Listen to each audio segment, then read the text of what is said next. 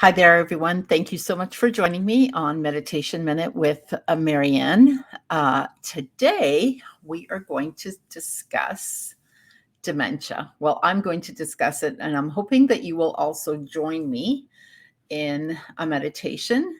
And if you know of anyone who has dementia or who is a caretaker for a dementia patient, and also anyone who could use some extra oxygen in their body. This is not just for dementia. This is just a really great meditation that I used to do with my mom and my dad, and it helped them a lot. So both of my parents ended up with dementia. My mom got diagnosed very early on. She got diagnosed around age 50, 51, something like that. And about 10, 12 years later, she actually, what we did was we took her to the specialist, and the specialist had given her a, a medication that helped to slow it down a little bit. So after about 10, 12 years, it came on, but it came on like a tiger. Like it was just, whoa. It was really intense. And so we had to take her into the hospital. But prior to that, I would walk with her. And so when we walked, we did this meditation, and I noticed that each time we did it, her mind was a little bit clearer. And I thought, well, I'm going to keep doing this with her then. And sometimes I would do it with her on the phone. And sometimes I would do it with her in person if I was there. I worked, so I couldn't see her all the time. My dad had already stopped working, so he was her primary caretaker for quite some time. And, he would take care of her in every way. And then it just got a lot for him because he was older. He's about 6 years older than my mom. So when she went into the hospital, she was about 61, 62, and he would have been like 68. So, not a young guy. And he did what he could. So we had to put her into the hospital. But even then, I would still come into the hospital and I would still do meditation with her. And sometimes some of the other patients did it with us. Sometimes the PSWs would do it. The nurses would do it. It was actually pretty cool. So we were all doing this meditation. And it helped everyone, right? So, because people need to calm down sometimes. And a lot of people have a very, very difficult time with their parents not being able to recognize them. And I'm certainly not going to say that it's comfortable going, sitting in front of your parents, staring them in the eye, and they don't know who you are. They have no clue. They're like, but I firmly do believe that they recognize the energy in some manner, and that I think while they're busy staring at you going, I don't know who this person is, but she's awfully nice to me, so I'm just going to go along with her. It's kind of like, oh, I'm here in the moment, so this is good, right? So let's just stay in the moment. And I think they recognize the energy. They recognize you. They might not remember your name or exactly even who you are. And sometimes, like my mom, it got to the point where I would come and I'd say, "Hi, Mom," and I'd be all like super happy.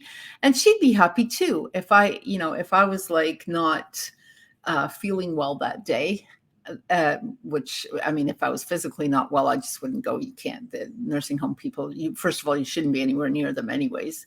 And, they wouldn't even let me in. But I would just be all like happy and and she'd be smiling, and, they react to your energy. So whatever you put out, they end up picking up. So the calmer you are, the calmer they will be. And the calmer they are, the easier life is for both of you. And also for the caretaker. Caretakers, you have my compassion. Honestly, it is not easy looking at your parents when they don't know who you are. These are people like your mother who gave you birth, doesn't know who you are. This is not easy. This is mentally and emotionally, not to mention physically draining. And it's difficult. Your mind, body, and spirit go into shock, and it's like, what do I do with this? How do I handle this? And this is the way it is for most people. I'm surprised they don't have more counseling for this, prior to people actually getting it, because there's not too many people there for you, to explain things, how things are going to go for you. Everyone's telling you what's going to happen to them. This is what we're going to do for them. This is how we're going to handle this. This is where they're going. This is where they're going. This is what we're going to do. This is what they're going to take. This is what they're going to eat. This is what they're going to wear. But nobody cares about you. You're kind of left out in the cold going, huh? What do I do with this now? Here's this person who's my parent who doesn't know who I am. And so not an easy feat. This is not easy to handle. This is very difficult to deal with. And so it puts a lot of strain on your nervous system, on your spirit, on your mind, on your emotions, and then all of that ends up showing up somehow on your body. And very stressful. And it's not stressful for a short time. It's stressful for quite some time. So with my mom, we did what we could for the 10, 12 years prior to her getting really, really bad. And then once she got really bad, then she had to go, like I said, hospital, nursing home. And it wasn't easy. And she ended up spending 7 years in the last nursing home. So that's an awfully long time to, show up there and have my father, who is her husband. I think he actually had a harder time with it. I made peace with it earlier. I looked into it. I learned about dementia. And I thought, okay, you know what? I've always, done things like Reiki and energy healing and all that. So I think that saved me, and my faith and spirituality saved me, and the way I looked at life. So I understood that spirit to spirit, we recognize each other. The body, not so much always, right? So I always looked at her as a spirit, and I thought to myself, she recognizes my spirit, and that's what matters. And that's the way I decided. That was my outlook. That was the way I decided to look at it. I ran into numerous people who had a very, very difficult time when they would come visit their loved ones. And many of them would not actually come and visit their loved ones in the nursing homes and hospitals and wherever they were. They just couldn't handle it. I had one gentleman actually come to me, he goes, I would come more. He goes, I go home crying every single day. And he's been here for 2 years. And I said, okay, well, I'm not going to do that, because I'm going to embrace this, and I'm going to find a way to help others. And so when my mom passed away, I had such a hard time. I actually did volunteer at the nursing home for a bit. And then she wasn't really that close to me. So then it just became a time thing, because I had to go there. So I did it for almost a year afterwards. And also when my mom passed, it was, my dad had a really difficult time with it. So he was keeping me busy. And then all of a sudden he started to display traits of dementia. So we didn't really quite understand. So his was a little bit different. My dad kind of got it, I think, maybe partially from the grief of losing my mother, partially from, he was a little bit diabetic. So they weren't really sure. They were calling it delirium from the diabetes. They thought he was okay. And I said, he thinks he works in the hospital. I don't know that that's a diabetic thing. I'm not saying it isn't, but he thinks that every day. So I don't know. So anyways, they finally did diagnose him with the dementia. And of course, for me, it was like, oh, wow, here we go again. And I was like, wow, what is that? What is it that I'm supposed to learn from this particular situation? Both parents. Wow, that's not easy. So yes, while it's difficult to have your parents look you in the eye and not quite understand who you are, Yeah, there's, if you find a way, you literally have to make some peace with yourself and say, okay, this is what we're going to do. So I did do this with my dad as well. Now, with him, it wasn't until, he was actually in the nursing home. He wasn't really one for, hey, let's go do some deep breathing. We didn't quite have that relationship. My mom, though, she was much more open to things. And like I said, whenever she did the deep breathing, I could tell that she was much more alert, much sharper. She didn't get lost that week. Like she got lost quite a bit. Um, my dad, my dad actually was found at 4 o'clock in the morning at, I would like to say, a neighbor's house. It wasn't really that close.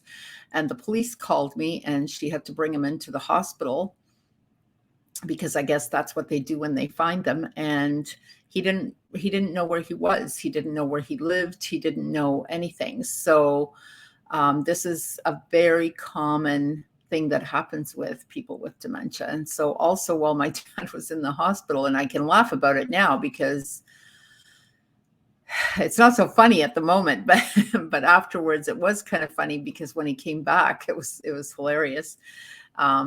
So my dad was in the hospital and he disappeared. So I live in Mississauga, which is just sort of outside of Toronto, and my dad was right in Toronto, and he was at a hospital called St. Joseph's, which is in Toronto, Ontario, Canada. And so for those local people who will be listening to this, my dad escaped from the hospital, even though they had a bracelet on him, and he took off to downtown. So I don't even know exactly where he went, but the police ended up finding him on Roncesvalles Street. So for my local people, you understand how busy Roncesvalles is. And my dad, just like out of a movie, was in his hospital gear. Thank goodness he had pajama bottoms on, because he just took off, basically.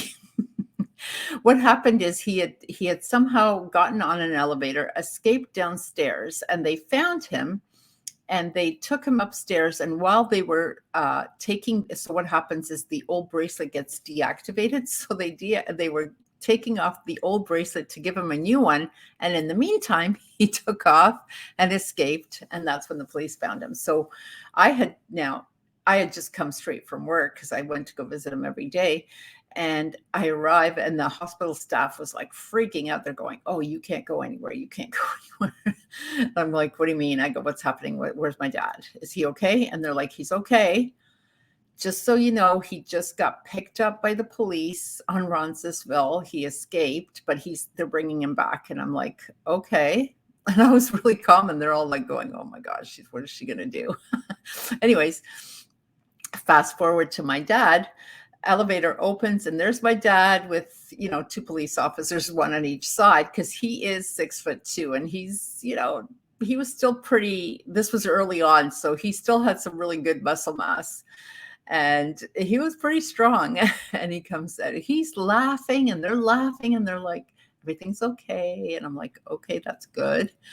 And so then we start talking, and then, I had brought him some food, because he, of course, hated hospital food. Who doesn't? And so, yeah, so that was that was one of my great adventures with him. So sometimes you just have to say, hey, this is what it is. You have to find a way to accept it and let go of, I felt all kinds of terrible things. I felt like I was ripped off. I thought, geez, I go, none of my other friends are having this. Well, it turned out some of my other friends did have it, but a little bit later on. I'm like, I'm losing both my parents. Like, I have, I've got my girlfriends that are going out shopping with their mom. They're going out to the mall. They're going shopping. They're having lunch. They're doing, whatever. And I'm visiting my mom in a nursing home. Like, how horrible is this? So I felt sorry for myself for a long time, and for her and all this. And then I thought, you know what, I've got to embrace this somehow, because there's nothing I can do here. This isn't really up to me. I can't control the situation. All I can do is try to make the best of it. So that's when I started doing the breathing again with them. So here I am trying to help, whoever is in now. It's not just for dementia people. You still will have some benefits if you have a hard time sleeping, if you have anxiety. If you suffer from depression, all of these things, all of you will feel better. It basically takes you from the sympathetic nervous system into the parasympathetic nervous system, basically from chaos to calm, calms you right down. You might want to do this about half an hour before you go to bed, or even 15 minutes before you go to bed. This will help. It's not going to cure anything, but it will help. So on that note, hopefully you'll join me for this. I'm going to, I'll take you through it. So what you're going to do is you're going to sit up. This is much better done sitting up than lying down, although you can lie down if you really want to, but it's better done sitting up. So sit up and make sure that your soles of your feet are flat on the floor. And you want to have a nice straight back, and you can close your eyes for best results. And what we're going to do is we're going to inhale through our nose and exhale through our mouth the whole time. So we're going to start with inhale. You're going to inhale as much as you can, and you're going to hold that breath for a count of 4 or 5 or 6, whatever you can. And then you're going to exhale through your mouth.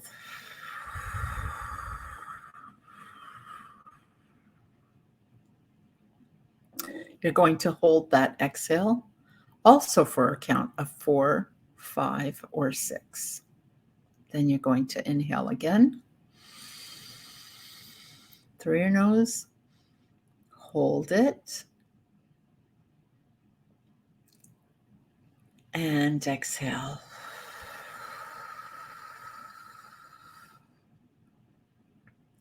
Going to hold the exhale, and then you're going to inhale again. And you're going to hold it again. I've been teaching meditation for well over 30 years, so I can talk and breathe and inhale and hold my breath at the same time. Exhale.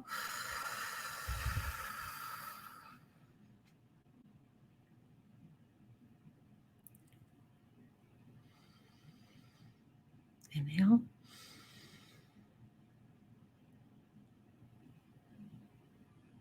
And exhale.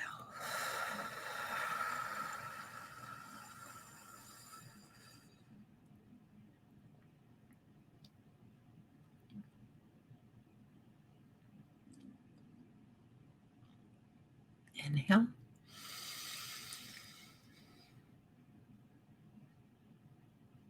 And exhale.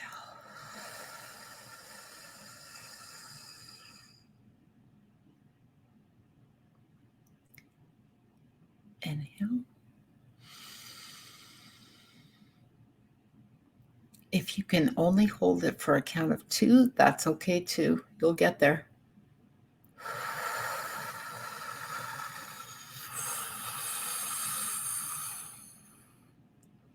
That was a long exhale. And inhale.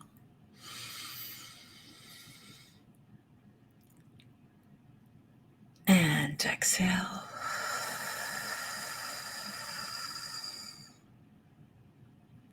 And inhale.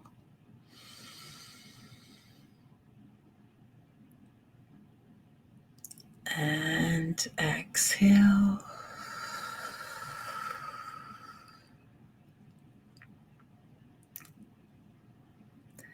And inhale. So this also helps to expand your lungs. It's almost like doing push-ups for your lungs. Exhale. And it helps to bring a lot of oxygen into your brain. You might get a little dizzy at first. That's okay. That's why we want to make sure you're sitting down. Inhale.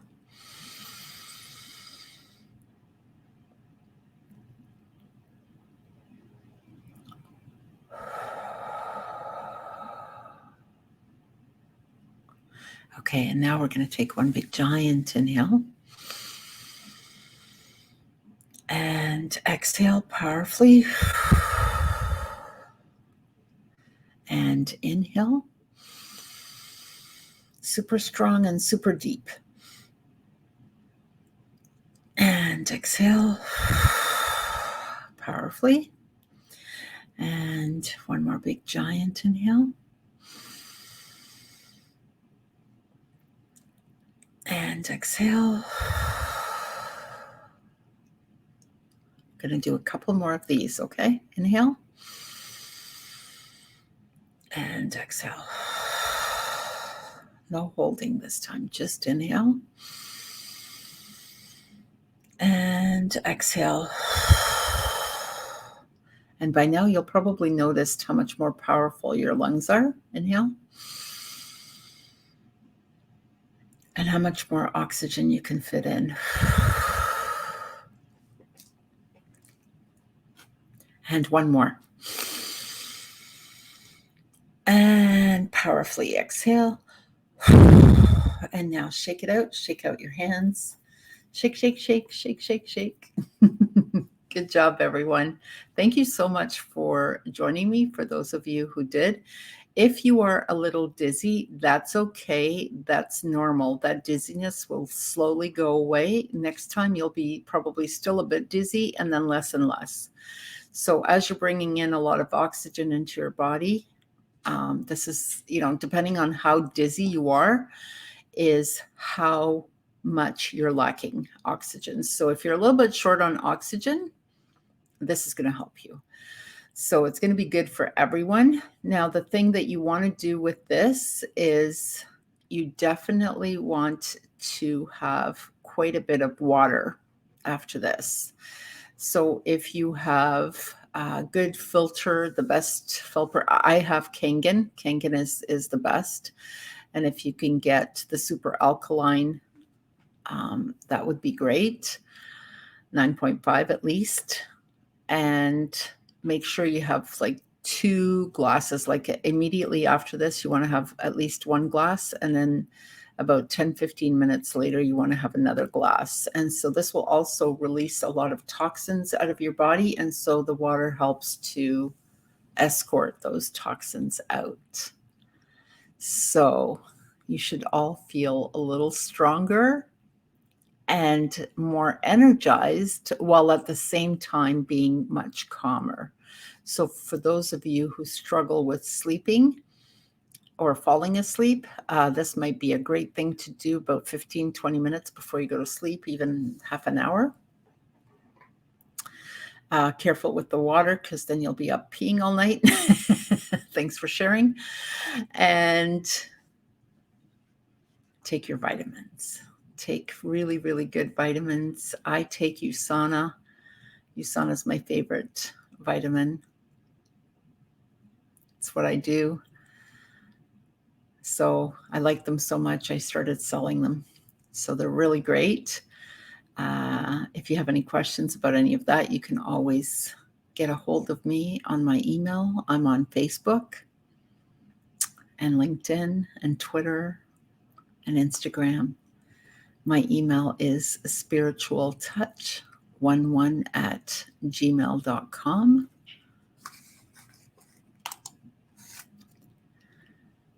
And I wish you all peace, a super peaceful day, evening, morning, wherever you are in the world. And once again, I want to thank you so much for joining me. And if you have a loved one with dementia, remember, I believe that spirit to spirit, they know who you are, which is really, in the grand scheme of things, super important. Don't leave them alone.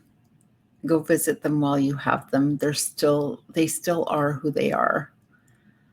Just because they live just a little outside of the circle that we're in. It's okay. It's okay. They appreciate you and they love you. And they love having your energy around them. So don't leave them. Don't be afraid. Don't get angry or work through it, but go visit them anyways. It will help you, because once they're gone, you will appreciate the time that you had with them, even if it was a little bit different. Sometimes change is not terrible.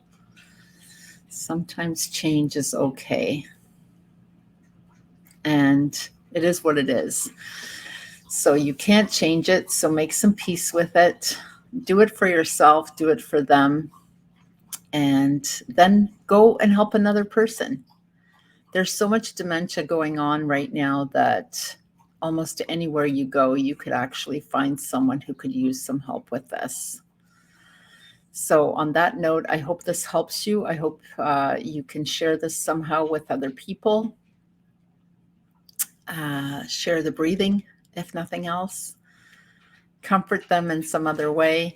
Thank you so much for listening. And thank you so much for all of you who joined me in the meditation. I super appreciate that. I've been teaching meditation for well over 30, actually closer to 35, maybe even more than that years. And this gives me great pleasure. It gives me great pleasure to help people. So on that note, thank you all so much. And I wish you a great day, evening, morning, wherever you are. Thank you again. Namaste.